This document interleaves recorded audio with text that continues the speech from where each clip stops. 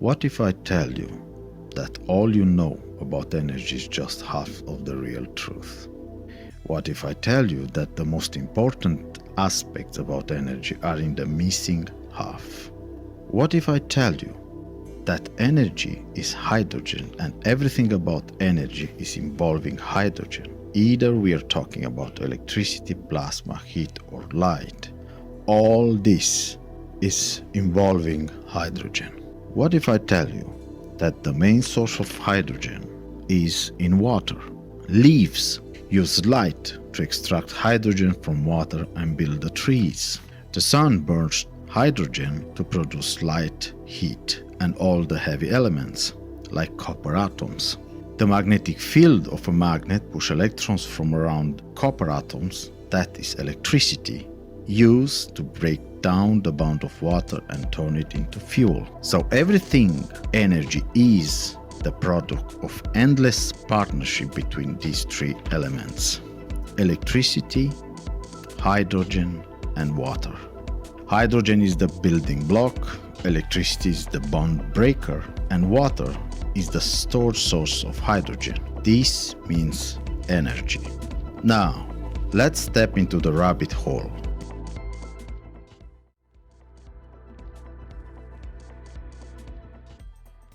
Before we get into details on hydrogen and oxygen gas on demand from water technology, we have to understand that everything is burning, in fact, is hydrogen. When you're burning any type of fossil fuel, in fact, you're burning the hydrogen stored in different molecular structure, which need more heat, electricity, or light in order to be released. Hydrogen gas, after being released from the fossil fuel, reacts with the oxygen from air and release electrons. That is burning. In more clear and simple way explained is when you're burning wood, plastics, any kind of gas, propane, butane, methane. In fact, it's the hydrogen stored in different molecular structures around carbon, because hydrogen loves carbon. After we understand this, we will see with our own eyes that the internal combustion engine is burning, in fact, hydrogen.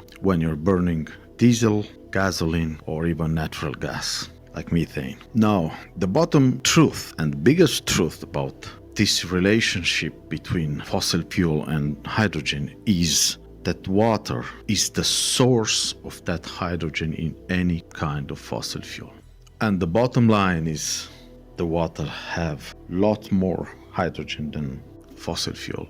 When you turn the water into hydrogen and oxygen gas, it's expanding more than 1100 times the volume. That means that from 1 liter of water you build more than 1100 liters of hydrogen and oxygen gas. What the mainstream science says, and that is in part truth, is that you need lots of electricity in order to turn water into fuel. Well, because the storage of electricity evolved so far, that amount of electricity can be stored very easily in really small devices like lithium iron phosphate or lithium titanate oxide batteries, which are the last ones and have more than 30,000 cycles of charge. And because of this efficiency of space and efficiency of C rating, which is C10. C10 means that lithium iron phosphate battery have 120 amps.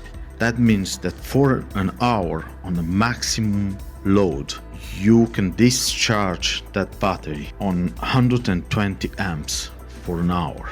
That means lots of improvement in efficiency when we're talking about storage of electricity. Now, why it's so important to understand the HHO technology combined with the new batteries technologies is the solution for the fossil fuel problem. Because if you're able to build a system, an HHO system, small enough to turn any van or trucks in hybrid, that is a game changer. Because the most pollutive vehicles on this world are airplanes, trucks, and vans. Talking about turning all the trucks and vans full electric, it's simply not feasible. at least not for 20 years from now on. But we don't have that time. We don't have so much time because the oil is running out and there's no way for the system to hold more than 6-7 years without an explosion of fossil fuel price. That's why everything what is going on right now in the world is because of the main problem, energy. That's the most important problem that has to be faced right exactly how it is. Because if you don't face a problem exactly how it is, you will not change it. So, HHO technology was, is, and will be the only solution, in my opinion, for the fossil fuel crisis. Because if you fit on this van just solar panels, you will have 700 watts from sun.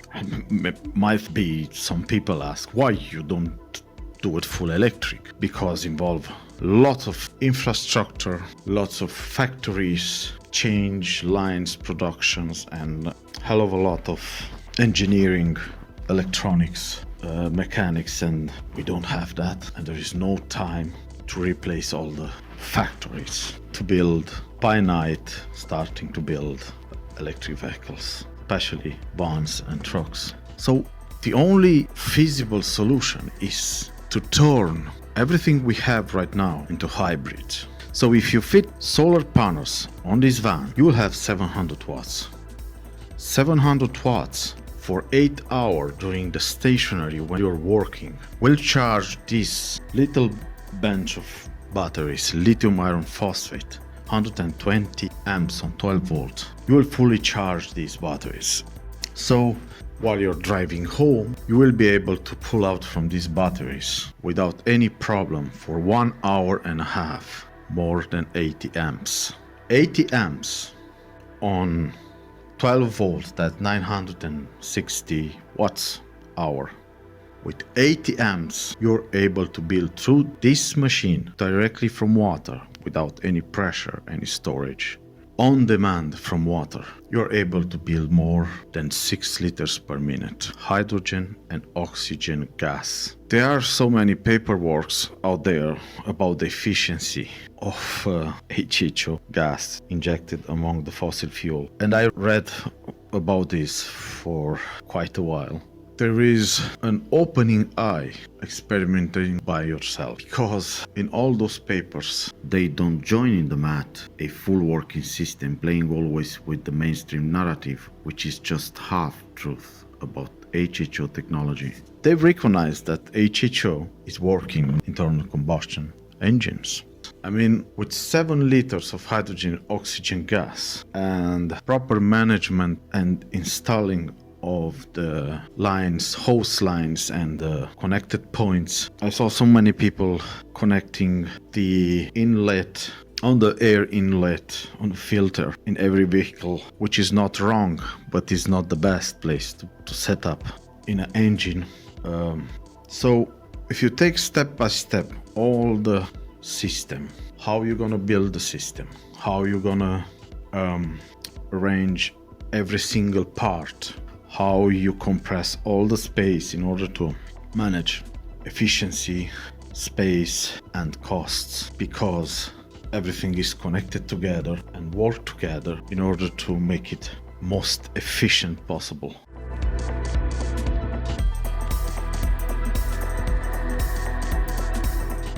So there are 3 main components when you're turning a diesel engine, in this case, in hybrid. First is the electricity management, because you cannot involve the vehicle electrical system with the HHO. You need to use external power stored in batteries and on demand, which is from recovering, and that's one of the biggest advantages of this technology. You're able to recover all the lost energy, usual lost energy in the trucks, vans, cars, which is braking system, shock absorbers, heat exchanger. If you turn all that into electricity, you have electricity on demand when the van sailing is shuddering, producing lots of kinetic energy. That energy can be turned into electricity on demand, stored directly into the battery. So the electricity management have to be built in such a way to occupy small space, be as cheap as possible, and with maximum efficiency. So like I said, if you set up solar panels on the roof on this van and few on the sides and back, you'll have maximum, because that's the surface available, you will have maximum 700 watts. But not only on demand, you will have for 8 hours during stationary the power. So basically this technology, HHO technology, allows you to turn the vans and trucks into hybrid, fully renewable, because this battery bank can be charged during the night with wind and during the day with solar. So that's the electrical management, electrical system. But the second one is the hydrogen and oxygen gas on demand from water system, is what I built here for more than 5 years. And this particular one is very small, very compact, and with maximum efficiency. That means with 80 amps, this machine can build 6.5 liters of oxygen and hydrogen gas on demand from water. When you inject this gas from this machine into the engine, you have to make sure that the inlet gas connections are connected on the engine air inlet line at the most closest possible to the actual inlet valves into the engine, not in the air filter. You see, the problem with HHO gas, if you connect it into the air filter and mix it with the nitrogen, which is the air that we breathe, basically the hydrogen is expanding so fast into nitrogen, by the time it's getting into the engine, actually lose efficiency more than 40%. That's why it's very important to connect the gas inlet at the closest point to the engine air inlet valves. That will maximize the efficiency, and with at least 40%. So that's the management of the lines. Now, the last very important feature, the last very important point in turning a van like this into hybrid is the ECU, or the computer, and the sensors already fit in the van. You see, for me personally, it's not random that they pick up the oxygen gas to be measured in the exhaust pipe. There's so many gases in the exhaust pipe that can be measured. You don't have to pick up particular the oxygen gas. There is nitrogen, there is CO2, there is nitrogen oxides and stuff like this. You're able to measure all these other gases and the flow of these gases, and straight away you find out the amount of oxygen. You don't have to pick up exactly oxygen gas, but they done it. Now, I don't want to get in any conspiracy kind of stuff, but for me it's not random. For me it's not casuality that they put the oxygen sensors in the exhaust pipe, and sometimes even 3 oxygen sensors. Because what happened when you inject oxygen and hydrogen gas on demand from water, the ECU pick up that signal, and he realized that is more oxygen. And because it's more oxygen, he inject more fuel, so you'll have no efficiency, you will have no savings in fuel. You have to deal with the sensors, and that's why HHO technology is more efficient with the carburetor air fuel mix.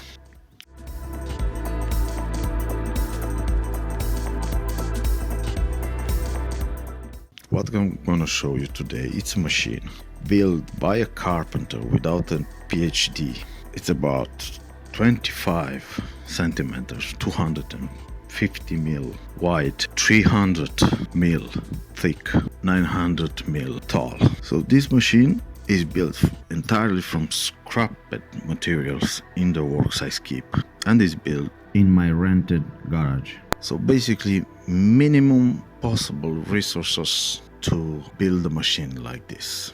So this system is producing so much hydrogen and oxygen gas with so little energy because of his special design. Everything it's reviewed, tested, retested. I mean, every single part in this system took me more than 5 years to improve, test, improve, test. The first feature in the whole system and every single part is safety and then feasibility. Every single part in this system have the same importance, and the whole system together, the way it's built, the height, the width, the thickness, the materials involved, the way that water flows, the way that the main core is built, the way that is cooled, the way that main tank, water tank is built. Everything is 100% safe. Why?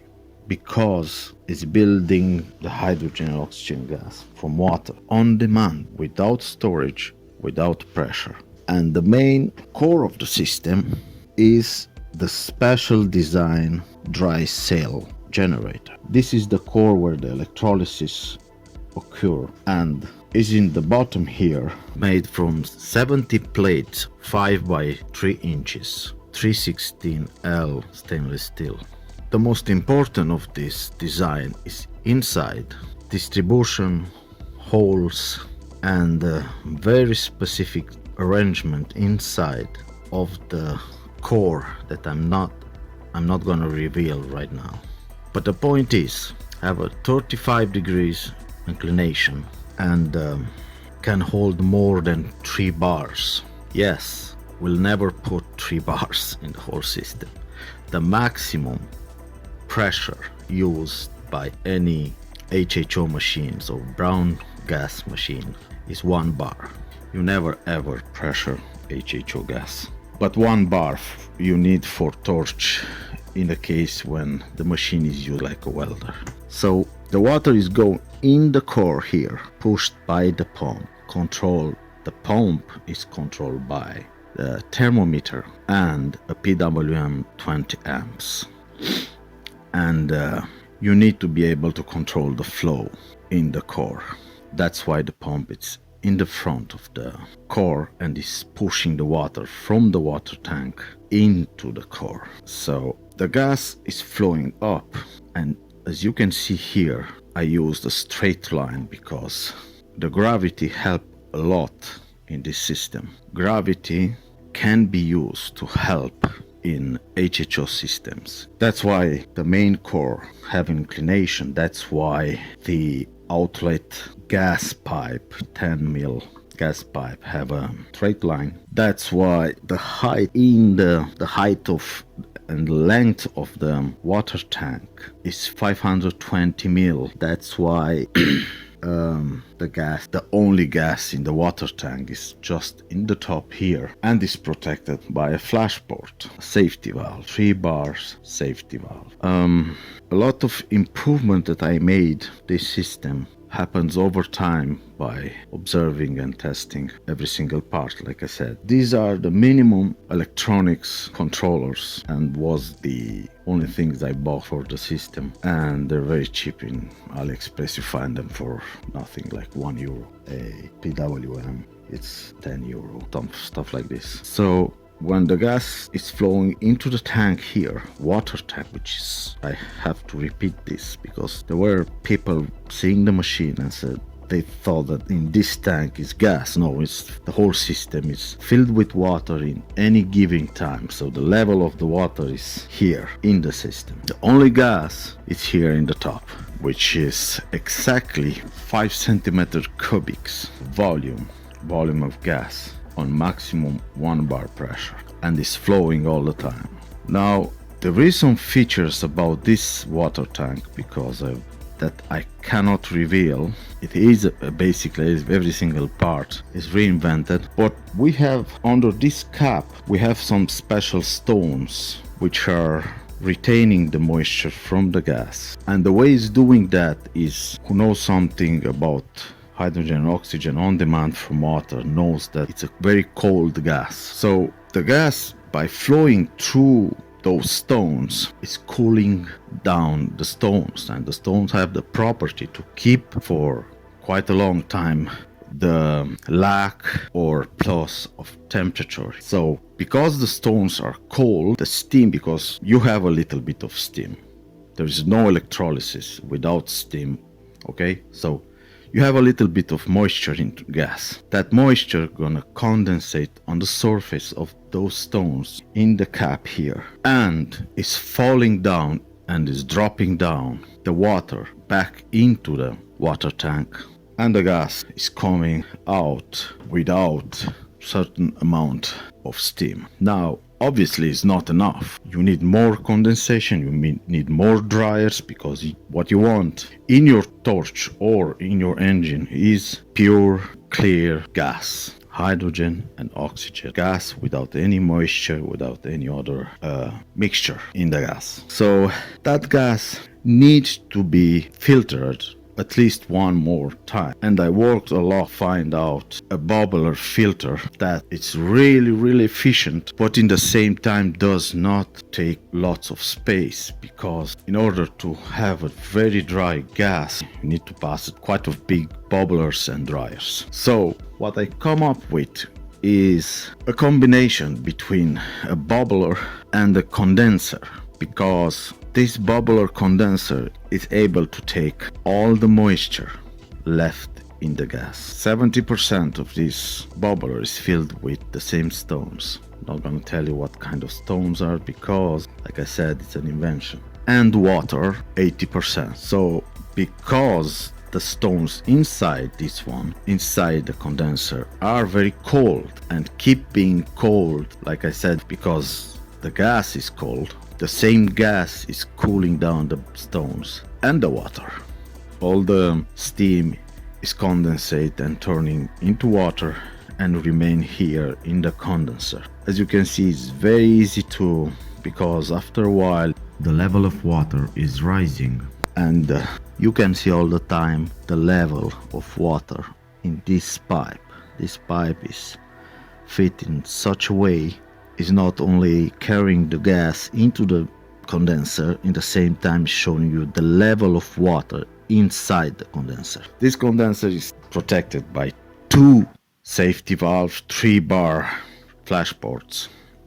Well, this is how the community, HHO community, calls the safety valves, flash ports, because what these are meant to be is release the pressure in case of, in the worst scenario, when you have a flashback. Well, I never had a flashback, but anyway, I'm gonna explain why this system is 100% safe. Because every single part, like the water tank, condenser, even the hose that carry out the gas to the torch, are protected by flash ports, flash arrestors. But even so, and is tested, is not just on cover statement, it is tested many times. Even if you put a spark inside the system, which is just the little gas on top of the water tank and the little gas on top of the condenser, even if you put a spark inside the system, the only thing will happen, the little gas you have will burn and the pressure will be released by the flash ports, and that's it. There is some more features that I have talked about. I can't talk about the whole system because that means to reveal some unpatented improvements in every single part. But the system like the whole, I can show you the electricity connectors, the big lugs for the power. Like I said, taking maximum 80 amps on 12 volts. Here we have the drainage tap, we have a fan down here, and the way I put the fan is to have access in the same time. If I take the fan out, I have access to in the back for the hoses connections, the generator hose connection and water tank connection, because this system is stretched on maximum and you use all the space in order to be as small as possible and having the maximum efficiency.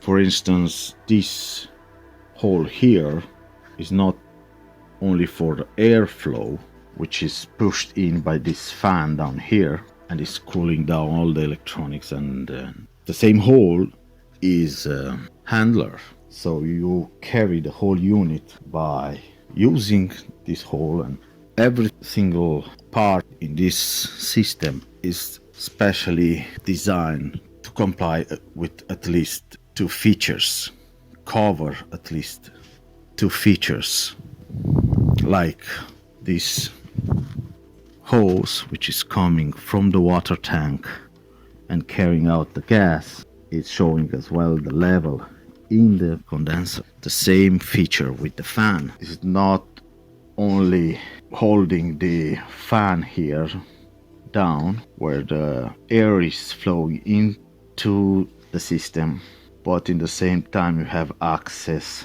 on the back hoses, back connections of all the, there's a bunch of connection, hoses connection on this, on the core and the water tank. The same feature with the stones under the water tank cap. They're not only retaining the moisture from the gas, they're stopping the water to get in the gas outlet hose when the van is running, shuttering the water in the tank.